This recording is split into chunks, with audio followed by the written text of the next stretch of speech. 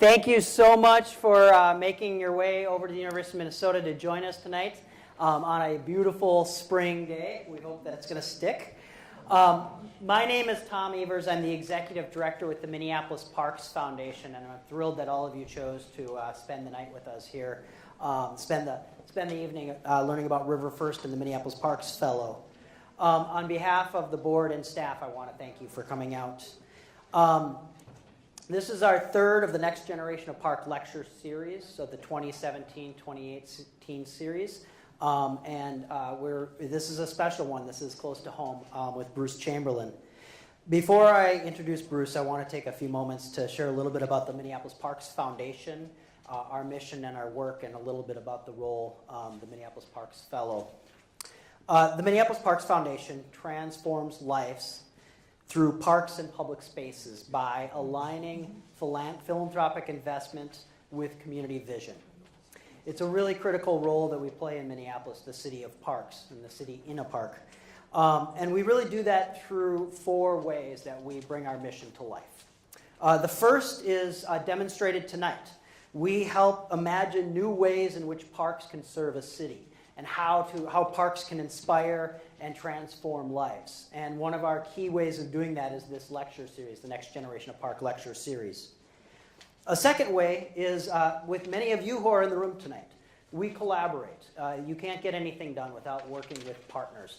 And many of you are here tonight who we're working with and who are part of the vision that we're talking about and who are critical to the work we do. The third way is really what we do as our bread and butter, is that we help bring philanthropic investment to the park system. We allow a space for generosity to show itself within our park system. And we do know that when people choose to give to the park system and things they care about, they bring themselves with it. So many of you are donors to the organization and to our capital campaign, so thank you. And then finally, which is a really critical piece about what Bruce is going to talk about tonight, is that we help help make sure that we bring the vision to implementation. So through the Parks Fellow role, we're there as a partner with the park board or whoever we're working with to provide that expertise and that level of extra attention to make sure that when funds are coming in, when the vision is there, when people are inspired, that we continue to stay to the idea to get it done. So tonight's lecture really is an amalgamation of all four of those together as one. Through the Next Generation of Parks Lecture Series, the Parks Foundation has been bringing some of the world's most interesting, intriguing park innovators, and this is about the 10th year that we've been doing this. What is great, the loop, is that the first Next Generation of Park Lecture Series was really born of RiverFirst, before it was even RiverFirst. It was the design competition.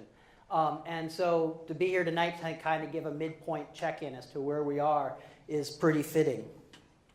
And what's also really fitting, and somebody who's been with us, is Bruce Chamberlain in this process most of the way.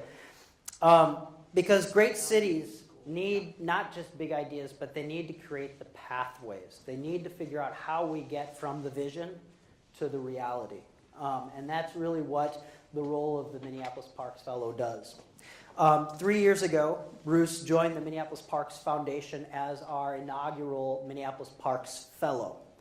And he was there to help bring implementation on aspects of the RiverFirst Vision. We created the Parks Fellow role in order to really bring in that higher level expertise and to really have somebody who can focus to make sure that the big ideas, the lofty goals, are met, and we figure out not just where we want to go, but what step 1, 2, 3, plan A, B, and C are. And that's the role that Bruce has been fulfilling since its inception. So Bruce is a graduate of the University of Minnesota. This is his alma mater, and of the School of Landscape Architecture. He was the superintendent of planning for the Minneapolis Park and Rec Board prior to coming to the Minneapolis Parks Foundation. And he was recently honored named as a fellow by the American Society of Landscape Architects. And that was the moment when we realized if this work was happening in another city, we would want to bring it here to talk about what we're doing. And we also thought this is a great chance, just as a community, to take a look at where we are and do it through the eyes of the Minneapolis Parks Fellow. His focus has been the curation of the RiverFirst initiative aimed at transforming 6 miles of the upper Mississippi River from the St. Anthony Falls, the corridor, all the way up to the northern boundary, which is right now aligned with industry and a mix of redevelopment and parkland. And it's really been, how do we bring that big idea together? Through the role, Bruce is currently leading the collaboration with the Park Board to achieve 2 complex RiverFirst projects. One on the downtown riverfront called Waterworks, which many of you are familiar with, and afterwards we'll have happy to talk even in more detail. And then one on the North Minneapolis riverfront called the Great Northern Greenway Riverlink, and that's located at 26th Avenue North, and we'll talk a little bit about that tonight too.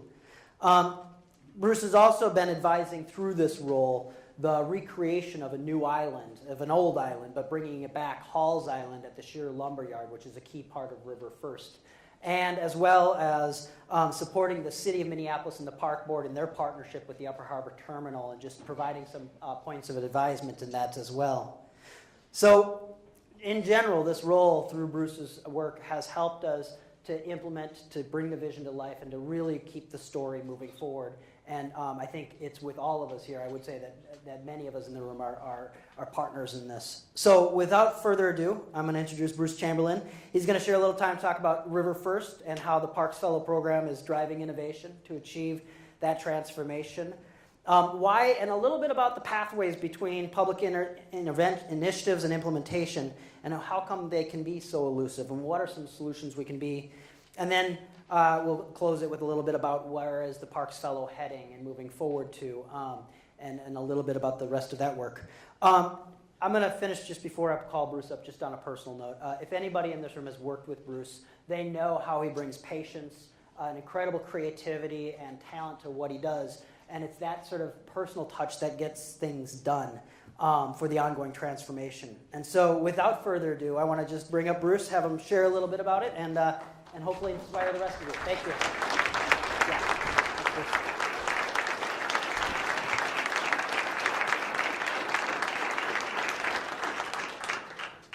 Thanks, everyone. It's great to be here. It's fantastic that it looks like almost all the fixed seats in the room are full, and that's really great because both Bruce Jacobson and Richard Murphy owe me $200. That was part of the bet that I heard, anyway. So I have to pay Greg $5. Okay, that seems worth it. Well, thank you all for coming. As most of you know, I'm a landscape architect, and I've been in private practice and the public realm as the assistant superintendent for planning with the Minneapolis Park Board. And before that, I spent about 20 years with a firm called Hoisington Kogler Group, which is really a great local landscape architecture urban design firm that practices regionally around Minnesota and the upper Midwest. And I was involved kind of through my career from the very beginning working with community. And I spent a lot of time with building relationships, with working with communities who are really wanting to make change and transformative change in their communities. And the way to do that, at least I believe, is through relationships. And working with people who are passionate about place, whether that's an ecology or a city or a district, and understanding what it is that drives them, what values they bring to the table, and how we translate that into landscape and into change. And early in my career, and really up until the time I went to the Park Board, most of my effort was around vision and establishing a vision and a pathway forward and looking at what futures can be. I made the decision to leave private practice and go to the Minneapolis Park Board in 2011 because I really wanted to be engaged in the activity of carrying it from vision to implementation and understand better why or why not things happen and what it takes to really accomplish that kind of effort. And the experience with the Park Board was really tremendous. It is an incredible organization. The complexity and the depth that the Minneapolis Park Board addresses and deals with is truly monumental. It's unbelievable how much that organization does. And to be part of that was really an honor. I left the park board in 2014 and started my own practice called Loam, and also took on the role of Minneapolis Parks Fellow, as Tom mentioned, with the Parks Foundation. And really, the intent of that effort was to have a foot in multiple places.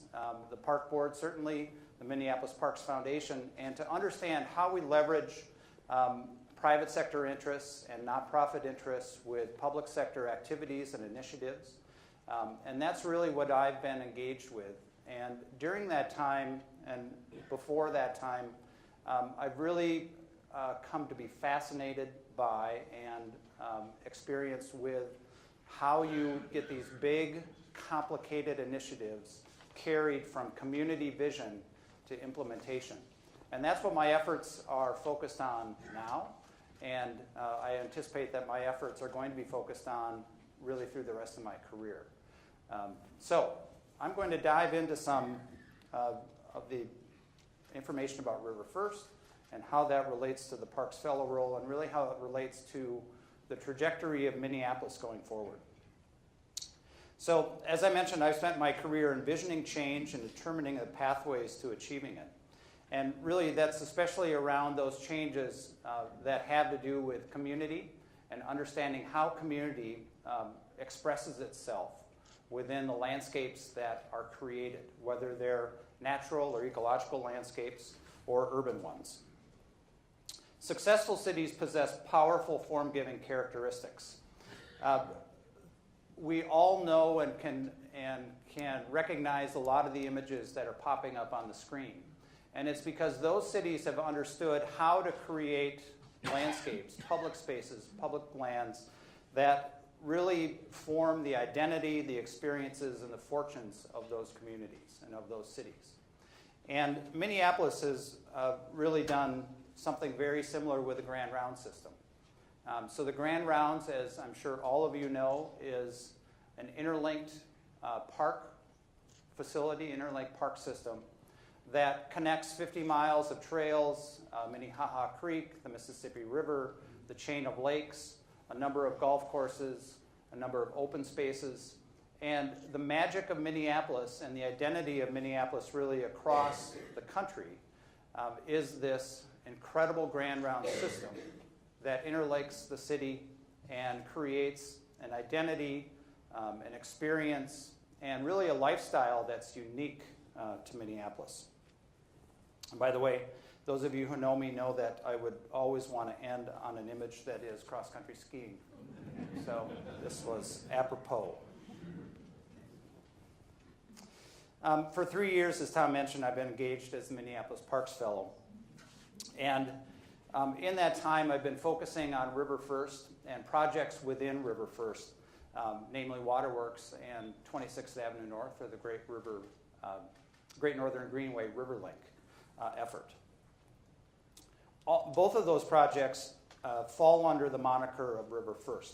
So as the Parks Fellow and really in lockstep with the Minneapolis Park Board, my focus has been the curation of the transformational initiative called RiverFirst, which I'll dive into more this evening.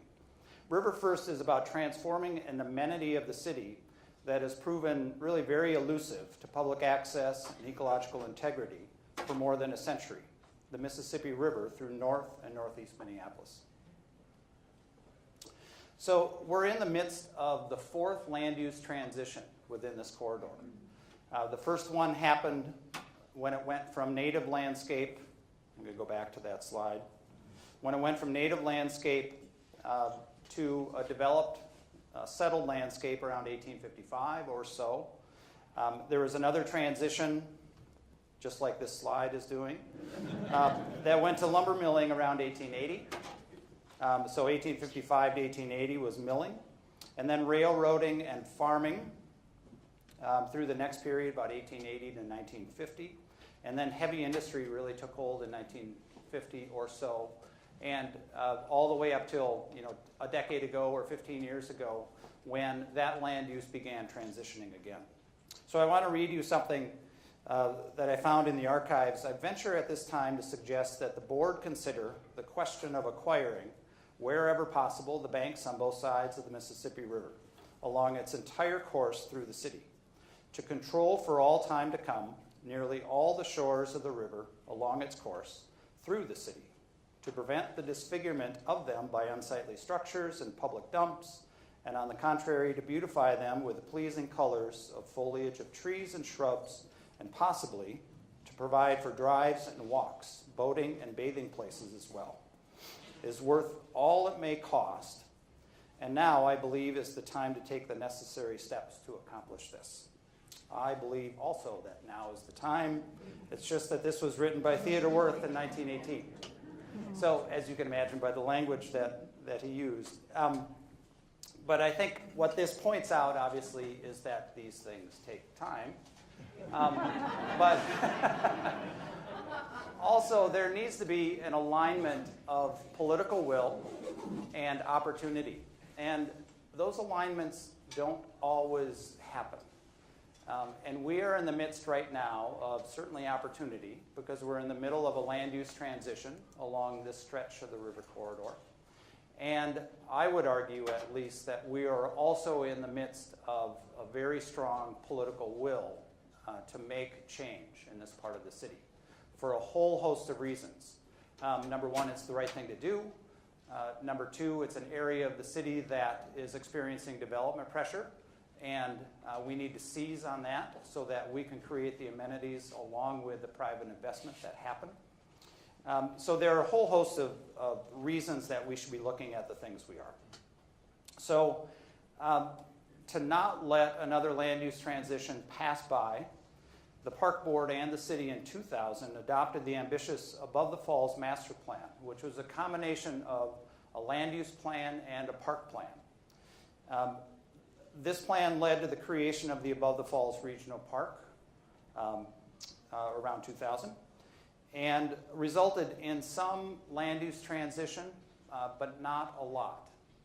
And we're in the midst of kind of 2000 through 2010 of thinking that we need to take care of what we've got, which is a really smart thing. However, when the city constantly grows, when there's constantly development pressure in parts of the city that haven't experienced it before or experienced it as much before, and when we begin to understand why certain parts of our city aren't experiencing the kind of equity that they deserve, there needs to be investment and really strong focus in areas that maybe didn't receive that focus before. And so the Above the Falls Master Plan, which was adopted in 2000, had made some really great progress. But like all efforts of transformation, one plan usually isn't enough. It requires a couple of planning stages before something takes hold. And that something really was started in 2010, and it became RiverFirst. Largely, RiverFirst takes its cues from the Above the Falls Master Plan. It's maybe an update. There are some more maybe visionary or bold ideas within, in some aspects at least, within RiverFirst. But Above the Falls really provided that sound baseline for the opportunity for RiverFirst to take hold. And then in 2012, the RiverFirst framework was adopted by the Park Board, and all of this effort with RiverFirst was a partnership between the Parks Foundation and the Park Board. And I think that's key also, because that partnership has continued. That has lasted through now 8 years and is becoming even stronger. And it's bringing in the philanthropic community and the private sector in developing and thinking about how to create these fantastic public spaces that will lead to transformation of a district.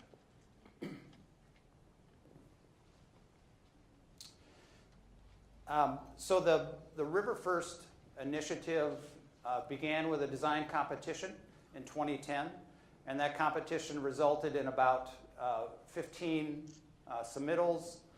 15 submittals. There were firms from all over the world that submitted. Really incredible ideas that came forward.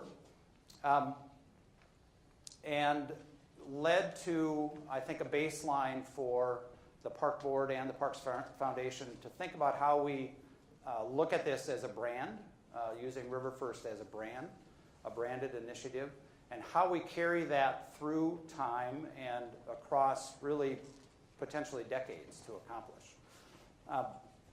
So at the beginning of my remarks, I used the phrase envisioning change and determining the pathways to achieve it. And there are really two key words out of that. One is envisioning, and the other is achieving. And RiverFirst, Above the Falls Master Plan, they are primarily focused on the visioning, looking at how we transform or what the transformation is of a district of the city that has not seen transformation in the past. So doing one or the other of these two activities poorly will lead to disappointment, a lack of community confidence, and worst of all, erosion in community trust. And I think this is a really important point because we are really fantastic in this region at visioning. We like to plan. We do tremendous amount of engagement with the community around planning efforts. And when those efforts don't achieve what people hope they will, or don't achieve anything, there's a real erosion of trust that happens. So it's important that as we plan, as we vision a future, we are also carving the pathways for how that vision is accomplished. And that's really become my role as the Parks Fellow and something I'm really passionate about and working on as part of these efforts. So RiverFirst is set up as an initiative. This is an imperfect graphic, but it gets the point across. So if we think of RiverFirst as an umbrella initiative, under which there are a whole series of projects that happen. RiverFirst is a generational transformation. It's going to take a decade or more, and more, to accomplish. But under that, there are a whole host of projects that will come and go. So this lists some projects that are current within the system of being accomplished, and I'll talk about a number of these in a little bit more detail in a bit. But some of those projects will roll off as they're accomplished, and the next set of projects will come on board. And I think that's an important point because we tend to think about something as a project. So RiverFirst as a project. But actually it's not. It's an initiative. And there are a whole host of projects that fall under that and that need to be accomplished. Oftentimes they are very difficult projects to accomplish. But they're the projects that need to be worked on. And the strategy is how you accomplish those projects, in what order, how do you make sure that you're taking advantage of opportunities as they come up, and so on. So I'm going to talk in a bit of detail about some of these projects. The first one is Halls Island, and I think you may have heard of this. Halls Island is the sheer lumber site. And at one time there was an island in the river in this spot, and in 1965 it was dredged, it was removed. And the RiverFirst Vision identified the idea of reestablishing the island as part of the development of RiverFirst.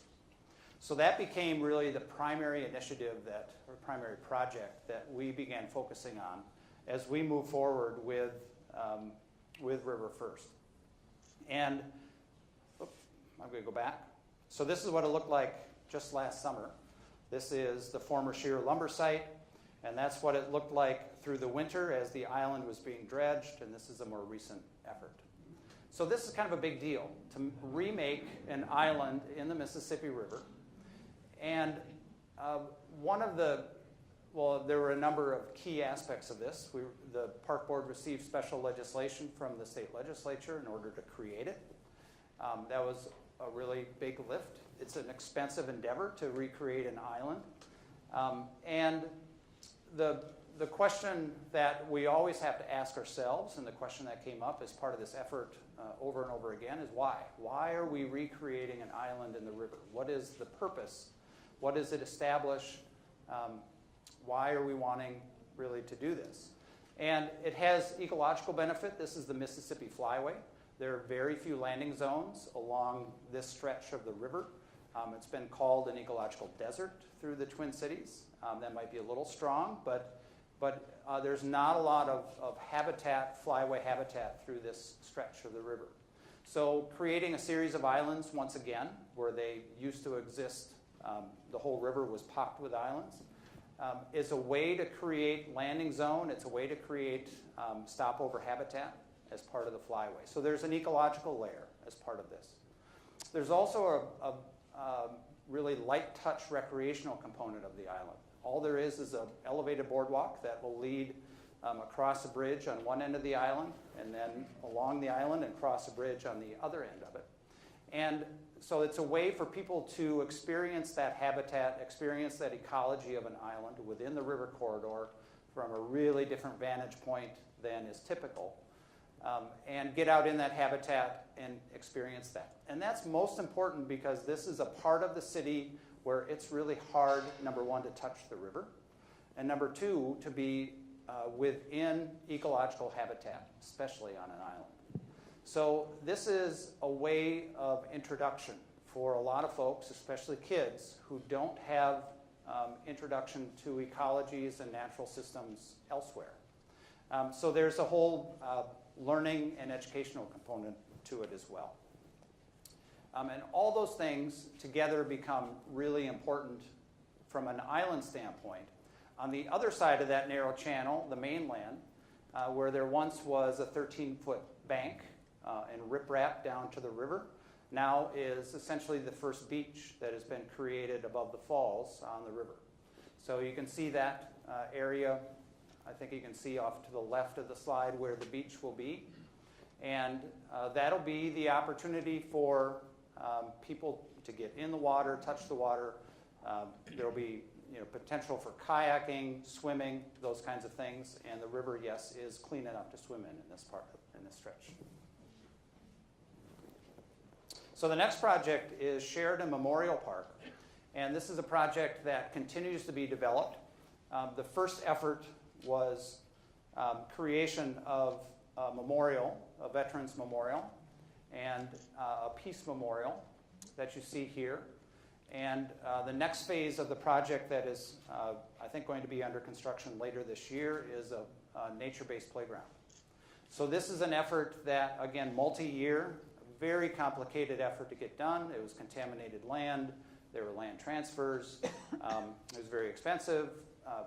The park board worked with an artist to create the sculpture that you saw on the last slide, and is working with a landscape architectural firm to create this nature-based play.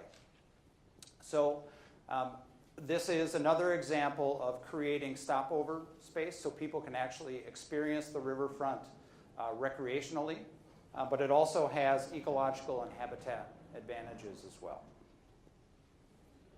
The next project is the Upper Harbour Terminal. And the Upper Harbour, if you've seen it, it has these fascinating structures on it. Domes and conveyors and a lot of elevated steel structure. And you can see it in this image right here.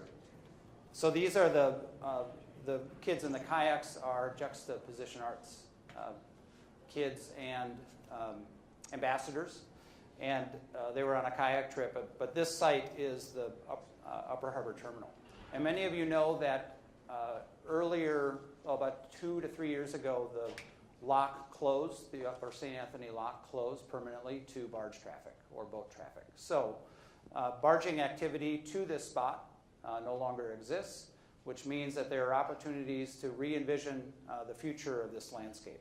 So right now the park board, City of Minneapolis are working with United Properties to understand what the redevelopment potential is of this site, and also how we think about parkland within the context of redevelopment. So this is the place where there's a large venue outdoor amphitheater suggested as part of the developer's concept. We don't know if that will carry forward, but it's really a fantastic and exciting idea that certainly is being explored and needs to be explored. But this is just a view of an early rendition of what might be possible from a development and a park standpoint at the Upper Harbour Terminal. So this image depicts, I think, a new version of the way we think about parkways. So if you, and I'm going to talk a bit more about this in a minute, but if you think about the way we develop parkways through the city as part of the linear park system, you know, they're devoted to cars, the trail is next to it, there's a linear green next to that. This thinks about parkways in a really different way and thinks about a parkway as a shared space between vehicles and pedestrians, and brings people and bikes close to the water's edge, but also doubles as a space for getting circulation through when needed. So the next project I'm going to spend a bit more time on, and that's Waterworks. It is the primary activity that I'm engaged in right now. Kate Lamers is here. Kate is the project manager with the Park Board on Waterworks, and she and I are working in lockstep on getting that effort underway. So Waterworks is a really fascinating project at the end of the Stone Arch Bridge. It is chock full of stone ruins and the Fujiya restaurant. So that upper left is what once was the Fujiya restaurant. I think this was their second location in the city, and operated here from about 1967 or 8 until 1990. And that building has sat empty essentially since 1990. So earlier this year, that building came down. That was step one of the Waterworks effort. The image on the lower left is the gatehouse structure that controlled how much water came into the mills. So there was a canal from the river and then a canal downstream of the gatehouse that flowed to the mills. And there still are steel gates within that gatehouse, and it's buried about 2 feet below the ground in the parking lot next to the river. Fascinating thing, the Waterworks project suggests excavating one side of it and using that as a performance venue, a backdrop, a stage set, essentially. The middle lower image is what's already been developed as parkland with Mill Ruins Park, so it's just on the other side of Portland Avenue from this spot. And it gives you a bit of the character of what can happen when you reveal stone and brick ruins as part of the milling history and make that public space. It's really a fascinating site. And then the upper right is some of the crumbling ruins that are mostly buried but sit on that site. So this is an overall vision for the first phase of Waterworks called the mezzanine phase. And this project began again with the demolition or the deconstruction of the Fujiya restaurant building. And it'll be underway in a really much larger way in about 3 months with the excavation of the ruins and then park development starting later this year or early next spring. So I'm just going to walk through really quickly some of the components. On the far left, there are a series of steps that allow people to sit outdoors and look over the falls, look over the river, kind of on the downriver side. You can see that kind of orangish color. That is the new park pavilion / restaurant that will be embedded into the stone ruins, some of which are today buried. And then we have what's called the City Steps, which is an outdoor seating and small performance venue, a naturalized hillside, and then in the foreground, that mezzanine lawn, which is just lawn space for some amount of play. One of the components of this project, and you'll probably get tired of me talking about layers of function within parks, but one of the layers of function for Waterworks is a rainwater reuse system. So what we will be doing as part of this effort, through a grant from the Mississippi Watershed Management Organization, is capturing rooftop water from 3 surrounding private buildings, funneling that water into an underground cistern on the Waterworks site and reusing that water, treating it, and then reusing it for flushing toilets in the park, operating the irrigation, and potentially some future fountains within the park. We'll be reusing about 1 million gallons a year of water as part of this effort. And the way we value water today, it has no real monetary value.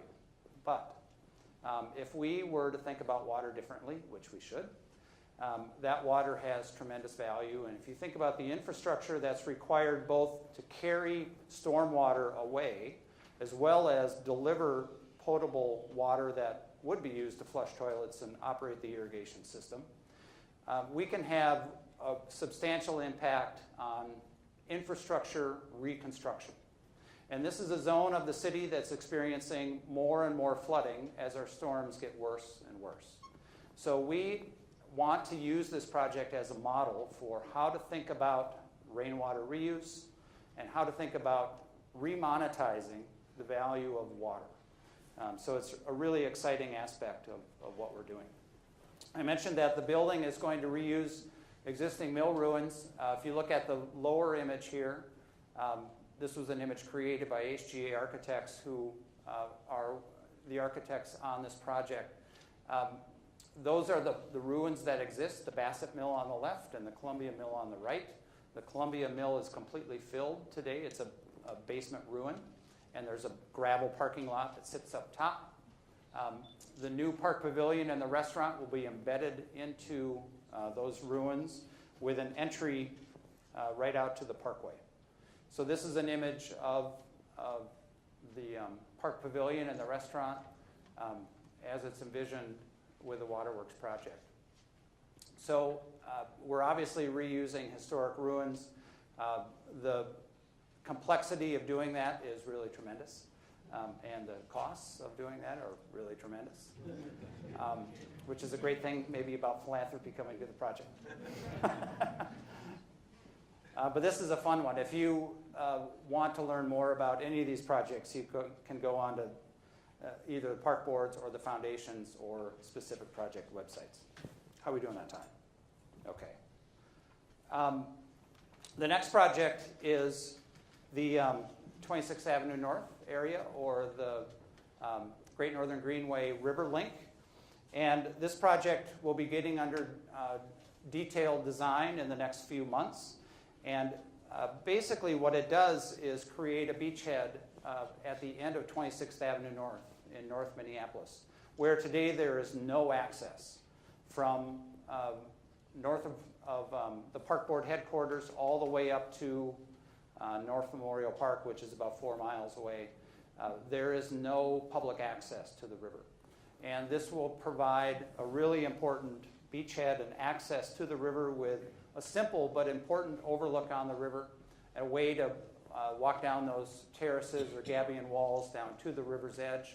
And eventually, if we go back to the last image, eventually create a link from that spot to the south and connecting with the existing parkway system and trail system, so that North Minneapolis will really, for the first time in this part, have a direct link by trail to the rest of the system. And that's part of the equity equation. That's really important that it's really hard to measure and understand the value of that, but we know it's extremely important. So if we study how these complex transformations of urban districts get done, we see that parks are absolutely fundamental. And obviously we believe that because as part of the Parks Foundation and Park Board efforts, that is the primary focus of what we're doing. But there's a whole nother aspect of that that's also important and really requires teamwork in order to get these things done. So this is an area, this aerial photo is an area from, well, it's about that 26th Avenue North area, but I'll point out a couple of things. Obviously, the river is at the bottom. This is a railroad line, the Burlington Northern Rail Bridge over the river, and this is Lowry Avenue. So just as an example, we're looking at this space in this area, which today is made up of a bit of a hodgepodge of industrial uses and industrial buildings. And as we look at the parcels between the street network, this is kind of what we get. Those areas in red are kind of the blocks of space that are opportunities to do something with. And if we look at the orientation of those buildings, you can see what they are. Again, a bit of a hodgepodge. So this is not that spot. These areas are Lake Harriet and Lake of the Isles. And, but I want to use them because sometimes it escapes us, and I think it escaped me for a long time, the importance of the cadence of things that happen in the Minneapolis park system. So I just want to use these images to point them out. This one's a whole lot greener than this one. But this is Lake Harriet, the amenity, the natural amenity. Linear green next to that natural amenity. Trail system within the linear green. These are both trails. Parkway adjacent. And then up the hill in this image is development. This image is Lake of the Isles. Again, this is the lake. Can't quite tell in this image. Trails, Parkway, front yard, and development. So if you look at this in comparison to what this is, you see that it's exactly the opposite of what exists today. Rather than the parkway and the natural amenity being an address, it is the backyard of these particular uses in this spot. So what RiverFirst suggests, and what is a perpetuation of the existing Grand Round system and the Parkway system in Minneapolis, is to create a pattern of the landscape that essentially does that. So if you look at this image, this suggests that, again, the river is in this spot. Linear green adjacent to the river. Parkway that leads, think of this as a parkway and trail system, that is adjacent to that linear green. And then this is what's left with the development parcels. So the challenge from a pure logistical and strategic standpoint is that the park board really only needs this space up to the parkway. But the acquisition that's required is the entire parcel, not just half.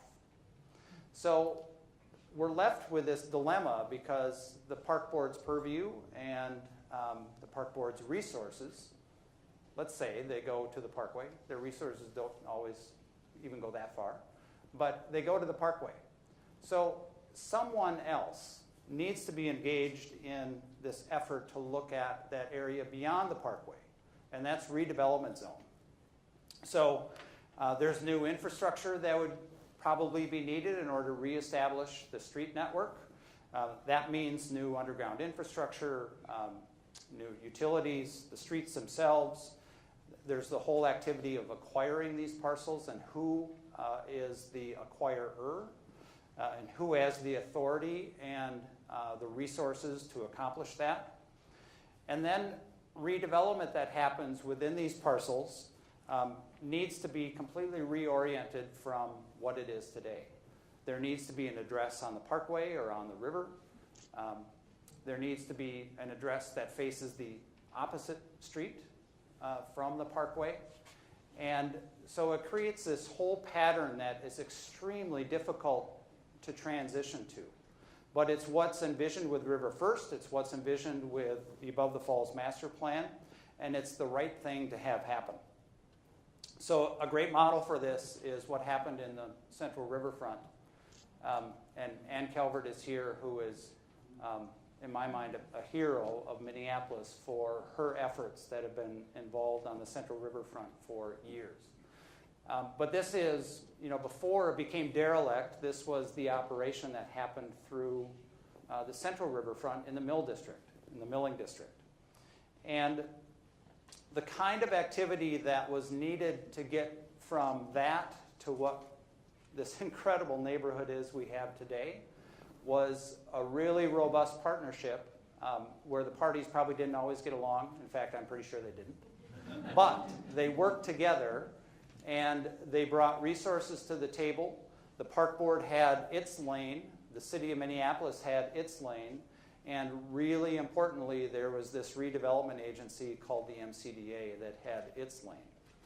And all of those entities were responsible for different aspects of things that happened, but there was an overall curatorial approach to transformation of a district. And that's exactly the curatorial approach that's required with the Above the Falls area and the Upper River. So, we all know it today as this incredible district. I think there was something like between $100 and $300 million of public investment.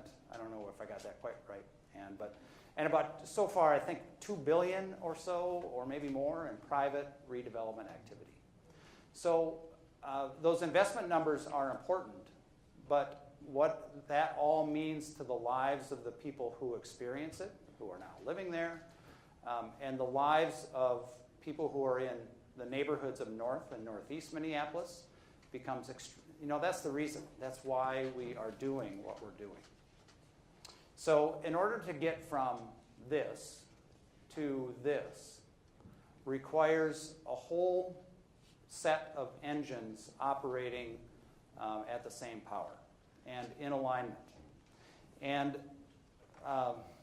not all of those engines are active today within our city. The MCDA was absorbed into the city of Minneapolis in about 2004. And the powers still exist, but the city of Minneapolis doesn't necessarily exercise those powers. With what we understand and know today about the importance of equity and the importance of incorporating neighborhood into the kinds of investments that are represented in this, I feel like we have the opportunity to reestablish the engine and the authority toward making dramatic change along the north and northeast riverfront, but doing it in a very humanistic way, a human-centered way that pays attention to the values and the lives of the people that are adjacent to these zones. And I think we really ought to pursue it in a much more dramatic way than we've been able to over the last decade, 2 decades. So, I believe that if Minneapolis is really to reach its potential as a great city, we must continue to be visionary, no doubt. But we also have to create these new pathways or old pathways in new forms, the essential tools and the capacity to achieve that vision. And to achieve that vision for the broadest spectrum of community that is out there. That's what I'm engaged in. That's what I'm really passionate about. And as long as Tom has me, that's what I want to work with the foundation to do. So let's talk about it. Thank you all.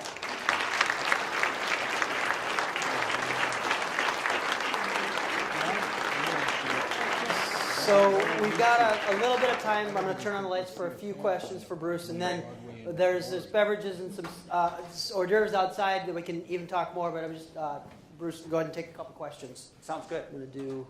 Maybe this one. Does anyone have a question?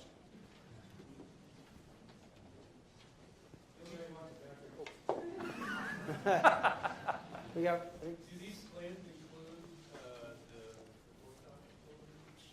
So there are a host of activities and things happening all along the river corridor. What I've been focusing on and what RiverFirst is focused on is the public land, or are the public lands along the river corridor. Essentially from that spot, because Waterworks is directly adjacent to the post office building. But the post office itself, or the Postal Service building, will primarily be a redevelopment activity or a reuse of a historic structure. There will undoubtedly be public space as part of that effort, but primarily it's a redevelopment activity. So for that reason, RiverFirst isn't primarily focused on that effort. I think Steve. Oh, you go ahead. Sorry. Can you give me a better stats of where Gold Mill Park is at? Oh yes. So a status update on where Gold Meadow Park is. It's owned by the city of Minneapolis. I'm going to look to others because they know more about it. Not owned by the city of Minneapolis, Ann. Ann, could you help? Half of the city, half of the government, and then it's leased to a private foundation Thank you. for the endeavor. Indefinite future? Okay. Well, there's a term limit, but not. Okay. So half of it's owned by the Guthrie, half owned by the city? No? And the Guthrie land was purchased by the Conservancy, and the city has a 50-year lease at $1 a year to the Conservancy. So it's there for at least 50 years, as long as we behave. Public park is completely funded privately. For that question, Bruce Anderson now also owes me $200. Andrew. You talked about political will, and Hall's Island certainly makes me think of that. You mentioned special legislation there. Was that a one-time deal specific to the project, or does it open the door for more? It may open the door for more. That was a one-time deal. So that was essentially the DNR permits that were required to establish that island. They were granted by legislative action. What are your thoughts on the East of the River Park Master Plan, and especially the Grand Round's missing link? Yeah, Bridalveil, right. I'm not familiar with what's happening as the East of the River plan matures. I haven't kept up with that, I'll be honest.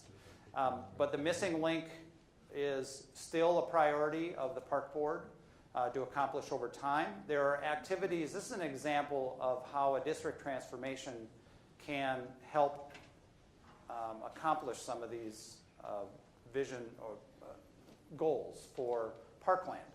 So there is an effort underway, and I probably know just enough to be dangerous about this, but it's called the Towerside, and it is, Bruce should be talking about this, but it is an area of the city that also is envisioned to have some fairly dramatic transformation.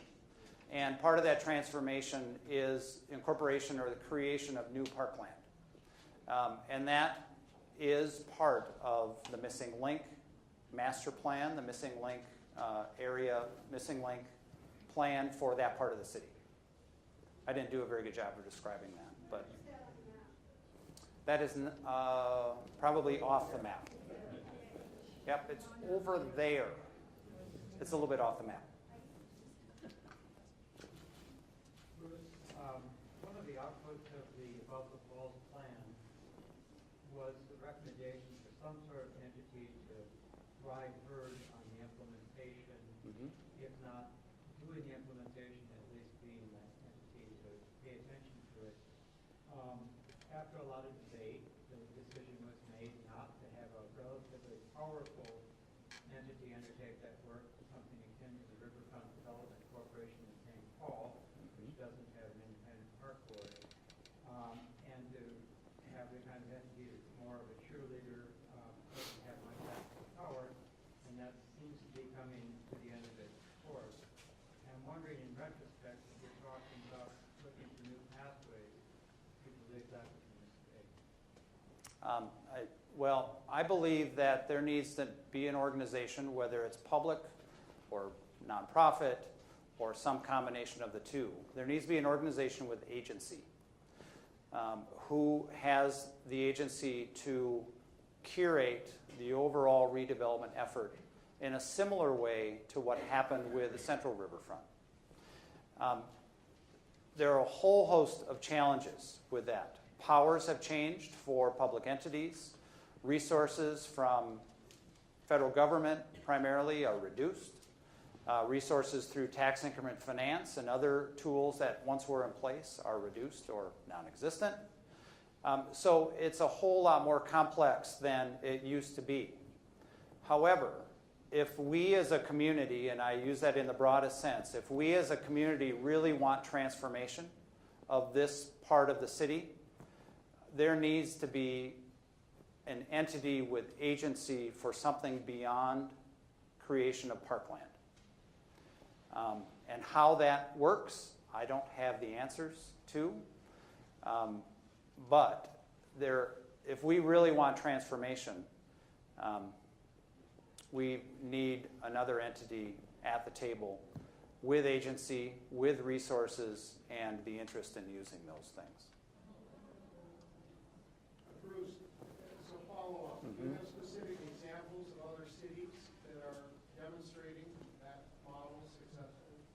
Well, I think we have examples here. I mean, the Central Riverfront is an example.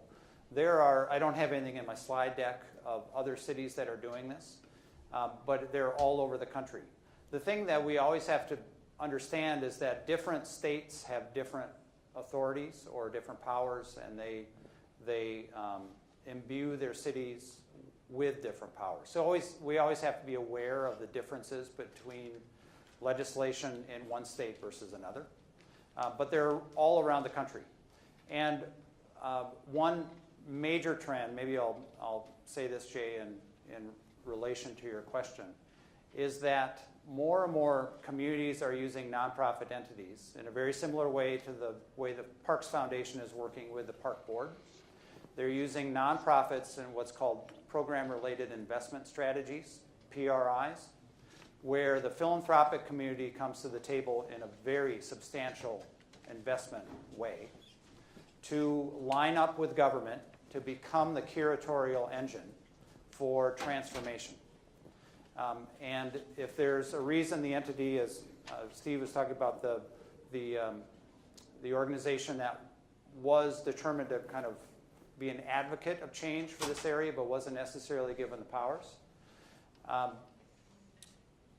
there needs to be additional resources brought to the table. And cities around the country more and more are turning to philanthropy to do that. Whether that's the right answer here or not, I don't know. But many cities are using that model. Craig. Bruce, I just want to look this at Greenway and you can see the parallel river there, the I-94. Mm-hmm. Isn't that great? Yeah. I'm surprised that I visited 94. But the thing that I'm wondering about is you talk about the layering and this river growing, this area growing through different industries. Mm-hmm. And it's always been industrial. And if you look at some of the images that you had and talking about the Parkway system, there's a lot of residential aspect of that. And yet, on the other side of the freeways, north of Minneapolis, it's dying to look for jobs. Mm-hmm.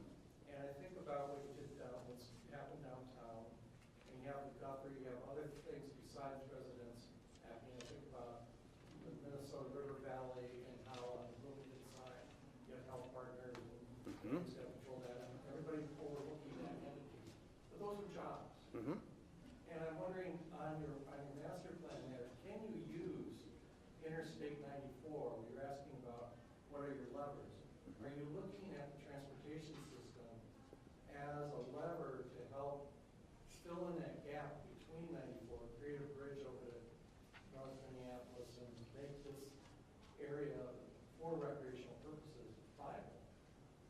Is that? Well, of course. Oh, good. Well, we're on the same page.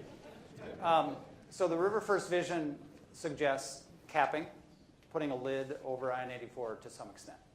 So the idea of reestablishing a connection from the residential neighborhood of North Minneapolis across the freeway and to the river. It also envisions the city's land use guidance for this stretch of the river, envisions a mix of intensive new economy jobs with residential uses along the riverfront in certain areas, but a primary focus on jobs. So yes, it levers the access. We know that freeway access is a huge part of how this part of the city will redevelop. It's being looked at very closely by the development partner with the city and the park board at Upper Harbour. So that's a big part of it, no question. But I will say that I think the hope among most people is that it is a very robust mix of jobs and housing. So we take advantage of that fantastic river. Do we have time for any more, Tom? Yeah, one more. One more? Who wants to have the last question? Yes, sir. Yeah, you talked about maintaining the community's trust Mm-hmm. in the implementation projects. So it's not just a vision. And I'm wondering if, so Hall's Island is in the implementation phase. And I'm wondering if there's a sense that you can accomplish this, you can accomplish the remainder of the vision, or are these other parts more complex than that, and is that sense of risk with the community kind of It's really great question. So the activities, I've got to think about how to answer this. The activities that have happened with RiverFirst since RiverFirst was adopted in 2012 primarily have been development of lands already owned by the park board. So on a relative scale of what's easy and what's hard, that's relatively easy, which is kind of crazy because they're extremely difficult projects. But it just shows you how much harder it is when the public entity or agency doesn't own the land. So the land acquisition is such a pivotal component of all of this and it is the most complex and most costly aspect of it. So without that, you can't transform the land. And the challenge of a pattern, and I think this has been tried, not just by Minneapolis, but by many cities. The idea is to rely on the development community to make it happen. And that's fantastic if you have all the infrastructure set up for a developer or a series of developers to step in and establish that. But when we're talking about completely flipping the orientation, re-subdividing property, cleaning property up, assembling property, developers just don't have the capacity, the authority to make that happen usually. So it requires an agency or a series of agencies working in partnership to come together and for the community benefit, make the transition, make that happen, and set the table for development interests to come in and do their thing. I think I need to be done. All right, Thank you, yeah. Tom. Thank you, Bruce.